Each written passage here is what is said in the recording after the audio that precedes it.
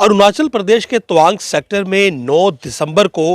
चीनी सैनिकों ने एक हिमाकत की और भारतीय सेना के साथ उनकी झड़प हुई। इस झड़प में दोनों ओर के जो सैनिक थे वो घायल हुए और इसके बाद एक बार फिर से एलएसी पर जो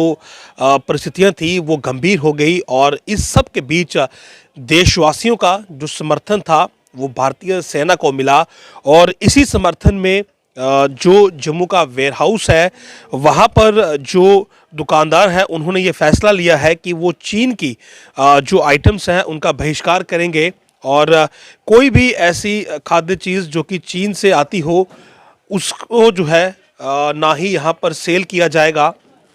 और ना ही कोई ऐसा सामान जो कि चीन निर्मित हो या फिर चीन का प्रोडक्ट हो उसे अब यहाँ पर परचेज़ किया जाएगा। यानी कि चीन की लगातार बढ़ती हिमाकतों का जो एक जवाब है वो इस प्रकार से दिया जा रहा है कि चीन की जो मार्केट है, दरअसल चीन भारत को एक बड़ी मार्केट मानता है और ऐसे में भारतीय बाज़ार से चीन को एक बड़ा बिजनेस मिलता था। हालांकि इससे पहले भी चीन का सामान यहाँ पर बाइकआउट हो चुका है, लेकिन गलवान के बाद चीन सबक लेने की बजाय लगातार हिमाकत कर रहा है। तो ऐसे में हर एक भारतीय जो है वो भारतीय सेना के साथ है और इस सब में वो अपनी तरह से योगदान दे रहा है और ये एक बड़ी सेटबैक है चीन को कि उसका अगर सामान भारतीय बाज़ारों में नहीं बिकेगा। पहले उसका जो इलेक्ट्रॉनिक सामान था वो यहाँ पर बैन हुआ और उसके बाद अब जो खाद्य पदार्थ हैं यानी कि जो खाने पीने की वस्तुएं हैं वो देखिए यहाँ पर उनका बहिष्कार हो रहा है। यानी कि अगर चीन को वित्तीय तरीके से यानी कि इस प्रकार से चोट पहुंचाई जाएगी जिसमें उसकी आर्थिक स्थिति कमज़ोर होगी तो जाहिर सी बात है एलएसी पर वो कमज़ोर होगा और भारतीय सैनिक जो कि एलएसी पर रहते हैं उनके साथ जो क्लैश हैं वो कम होंगे। दीपक जी मेरे साथ इस समय मौजूद है जो कि warehouse Nehru market Jammu के प्रेसिडेंट हैं। सर, आपने एक बार फिर से बाइकआउट चीन प्रोडक्ट का एक स्लोगन दिया है, क्या क्या बाइकआउट किया है और क्यों? चीन जो है उसकी हमेशा कोशिश रही है कि वो किस तरह से भारत की भूमि के ऊपर कब्जा करे और मैं समझता हूँ हमारी जांबाज सेना जो है उनको हमेशा मुंह तोड़ जवाब देती है और मैं मानता हूँ कि अब जो है चीन को समझना चाहिए कि ये पुराना हिंदुस्तान नहीं है, नए युग का हिंदुस्तान है और चीन ने जिस तरह से दोबारा से हमारी भारत की भूमि के ऊपर कब्जा करने की कोशिश की है उसी तरह हमारी जांबाज सेना ने मुंह तोड़ जवाब देके उनको दोबारा पीछे धकेला है और एक साफ संदेश जो है चीन को दिया है कि हम किसी को भी हिंदुस्तान की धरती के ऊपर नहीं बैठने देंगे, ना ही कोई कब्जा कर सकता है। हमारी सेना जो है बॉर्डर के ऊपर दिन रात जो है सुरक्षा के लिए खड़ी है। और अब मैं अगर अपनी व्यापारियों की बात करूं, व्यापारी वर्ग जो है हमेशा भारत की सेना के साथ और देश के साथ जो है खड़ा हुआ है और हमारी ये कोशिश रही है किस तरह से चाइना की जो है आर्थिक स्थिति को छेद पहुंचाई जाए या उसको कमर तोड़ा जाए। और आपने देखा होगा जिस तरह से जून 2020 के अंदर गलवान घाटी के हमारे 20 जवान जो है शहीद हुए थे, तो हमने उस समय एक संकल्प लिया था कि चाइना के अंदर जो हमारा राजमा आता था वो तकरीबन जो है 300 करोड़ का व्यापार जो है हमारा हिंदुस्तान में होता था, तो हमने उसका बहिष्कार किया था। और आप यकीन मानो कि जब हमने अपने ट्रेडर्स की मीटिंग की तो उसका जो है चाइना राजमा की जगह हमने तुर्की का राजमा मंगवाया और तुर्की के राजमा आने से जो है चाइना की आर्थिक स्थिति को जो है काफ़ी चोट पहुंचाई है। अब जो है हमारी जो कल जो मीटिंग हुई है अपने व्यापारियों की, उस समय जो हमारे पास सुंड पड़ी हुई थी तो आज हमने उसका भी बहिष्कार किया है कि जो भी हमारे पास सुंड के पदार्थ पड़े हुए हैं चाइना के, अब चाहे उसमें हमारे व्यापारियों को नुकसान हो हम जो है इसको नहीं मार्केट में बेचेंगे। हमारा मकसद यही है कि हम किस तरह से चाइना की आर्थिक स्थिति को जो है तोड़ पाएँ, उनकी कमर तोड़ पाएँ। और देखना ये सबसे बड़ी ये बात है कि हमारा व्यापारी वर्ग जो है हमेशा सेना का मनोबल जो बढ़ाने की बात करता है। हम हमेशा भारत के साथ हैं, किस तरह से हमारा देश जो है मजबूत हो सके और मैं एक फिर विनम्र प्रार्थना अपने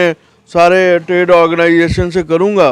कि जो भी चाइना के पदार्थ आते हैं, जो भी चाइना की आइटम आते हैं, उसका बहिष्कार करें। हम अपनी मेक इन इंडिया को जो है प्रोत्साहित करें और देश की सेना का कैसे मनोबल बढ़ा सके उसकी तरफ ध्यान होना चाहिए। भारत किस तरह मजबूत हो सके उस तरफ ध्यान होना चाहिए। आप देख रहे हैं हमारे तकरीबन मार्केट में जो है बड़े बड़े बैनर लगे हुए हैं कि नो टू यूज़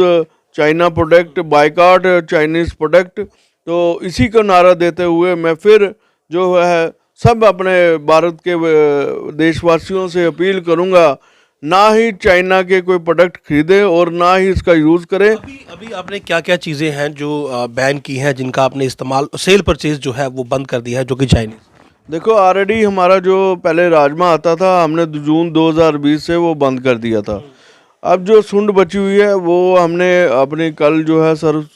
कमेटी से बैठक की है, आज हम उसका भी बहिष्कार कर रहे हैं। तो मुझे लगता है कि दो ही हमारी जो आइटम प्रोडक्ट आते थे, मुझे लगता है उसका टोटल जो है बहिष्कार होगी। और एक साफ संदेश जो है जम्मू कश्मीर के लोगों और भारतवर्ष के लोगों को संदेश है कि हमें किस तरह से देश को मजबूत करना है और किस तरह से